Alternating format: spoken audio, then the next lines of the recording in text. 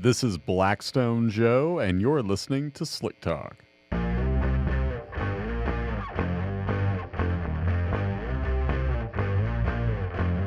If I say I'm an oil man, you will agree.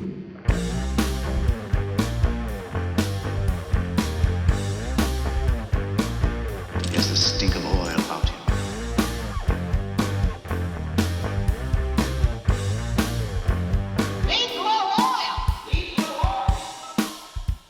Hello and welcome into Slick Talk. I am Blackstone Joe, and I'm glad you're here. I wanted to hop on here and talk about a situation recently because it made me think about oil analysis in a very particular way. And this show is at its best, I think, when I can connect some real-world analogies to the science we're doing and the reports that we're sending out. So I wanted to jump on because something came to mind early this morning before I even started my day at Blackstone, and that was going to see my physical therapist. I've been coming back from a few different lower leg injuries, and it's been a very frustrating process of knowing something is wrong, diagnosing it, coming up with a treatment plan, and then working my way back. It's not an easy process. It's one that takes time, analysis, and doing things the right way, keeping an eye on things and understanding when there are changes, making note of them, and then proceeding with an action plan that's informed, by literal science, by a professional who looks at injuries all the time and understands what is unique to my situation as a runner, because that's, of course, how I literally ran into my problems. I had lower leg injuries that came about due to all of the running I do. And I want to get back to doing what I love. And that's really akin to so many of our clients who want to get back to doing what they want to do with the engine that they're sampling, whether that be racing or going from point A to point B or hauling a motorhome, going on cross-country trips, flying their aircraft. I mean, it's really a wide range of interests. We're a business that accommodates both, the necessity as well as the luxury, the hobbyist. It's a really wide range. So when we are helping people get back to doing what they want to do, it's not unlike rehabbing an injury in some cases. I want to talk about contamination specifically because there are many instances where people know that something is wrong. They will note that there is coolant loss in the reservoir, or maybe they are suspicious of contamination due to a known air filtration issue. Maybe they had the air filter installed improperly, or they had the wrong type, or they found a leak, a loose connection. Or perhaps they know that their engine is subject to a recall and they're seeing symptoms that indicate that they are affected by this recall. These are very common scenarios. So they might come to us with knowledge of a problem, or they're just suspecting symptoms of it. And then we go into the oil analysis portion and we look at the elements that will speak to whether or not there is poor wear or contamination.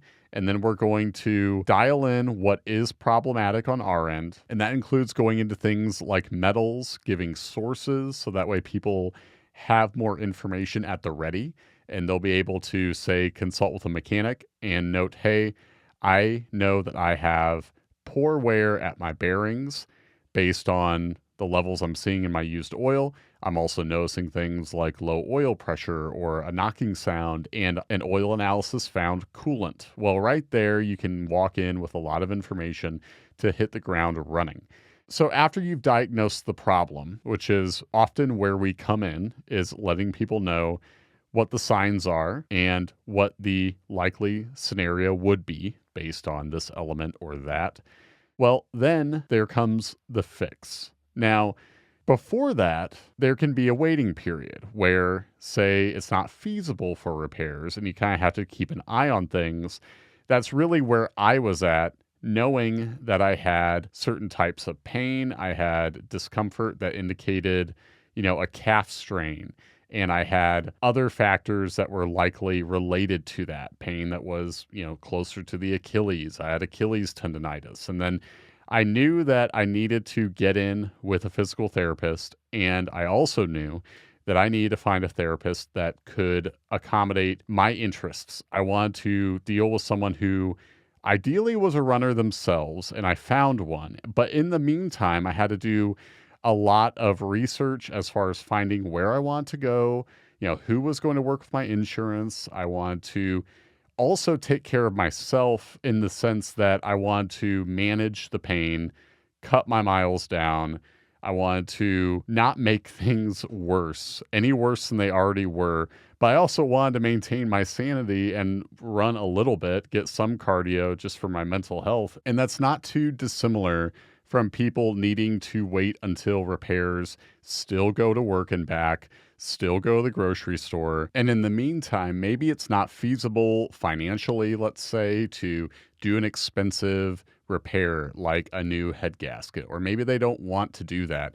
Maybe there are people that in my position would have been content, giving up running and then finding a different form of exercise. Whatever the case may be, there can be this waiting period after the problem has been identified where people are not ready to proceed with the repairs. And that's, again, where analysis can be of use, especially on our end. What we can do is let people know, all right, you're holding out for repairs. And in the meantime, let's see what oil change interval can keep things in check. Or let's see if things are stable, if they are getting worse. Let's give you an overview of where things stand while you proceed with making a decision on repairs. Or maybe you're not going to repair at all. Maybe it's a vehicle you just don't want to put all of that money into it.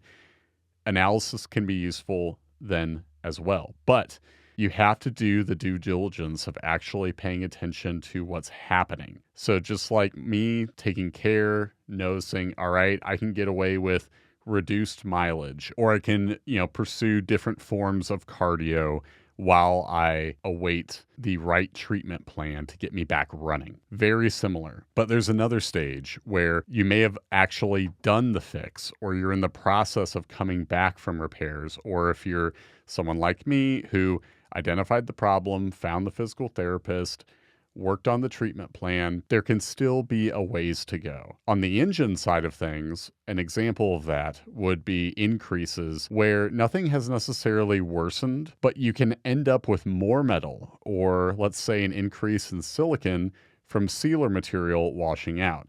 None of this means that you have an ongoing or a worsening problem per se, but it's the byproducts of wear-in and sealer material washing out that can kind of cloud the overall condition. Make it seem like perhaps the engine is wearing more than it is, when in reality it's wear-in, but the truth of the matter is, until those levels settle down, until we see progress, levels are closer to the norm, either for your engine or for what we see on average, you're not really back. You're on the way, though. And that's really kind of how I've been feeling getting back from my injury, in the sense that it mainly affected one leg. So it was a calf strain that was also coinciding with Achilles pain. Well, resolving that issue naturally involved a lot of strengthening and a lot of focus on one leg. Since I was favoring the right leg, the left leg was doing a lot of the heavy lifting just on my day-to-day.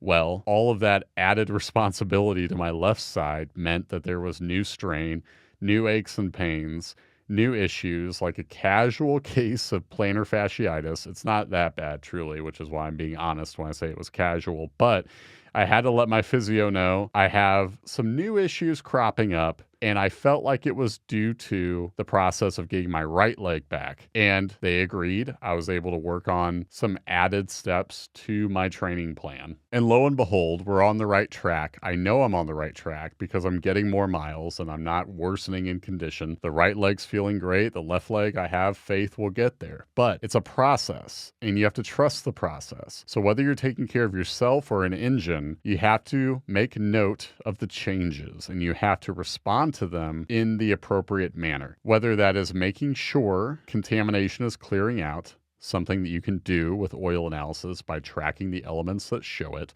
or looking at metals, looking at silicon. You need to keep an eye on the levels until they're actually in good standing. And good standing can mean average, or it can mean what's proven to be typical for you over the course of an engine's file, its sample history. That's why it's so important to accumulate the data, not try and cheat the game, which can really be walking into a doctor's office, giving them one piece of information, not giving them all of it, and then kind of expecting a thorough diagnosis. That's kind of like taking one sample from your vehicle, not really being as forthcoming as possible. And I think sometimes that's due to people not having, all of the service history, which happens. But if you know that contamination is a concern and you know that, you're either proceeding with repairs, or maybe you've already made them, you didn't want to make note of it yet, we can see situations where things are not great and maybe there was a repair recently and we're coming in on the other side of it. Well, that can make it kind of tricky to suss out what is an ongoing problem and what isn't. So whether you're at the doctor's office or talking to your friendly neighborhood report writer, let us know what's going on. And then we can let you know how things are looking on our side of things. And whatever the case may be, if you have an engine that has a problem and it's marine, aircraft, automotive, whatever it is, we want to help you keep that engine doing what you want to do as long as possible, because that's what keeps us happy, getting from point A to point B and hopefully having some fun in between. That's all for today's show. I hope you enjoyed this sojourn through the world of petroleum-based analysis and just a 30-something runner just trying to keep on moving. This is Blackstone Joe, signing off.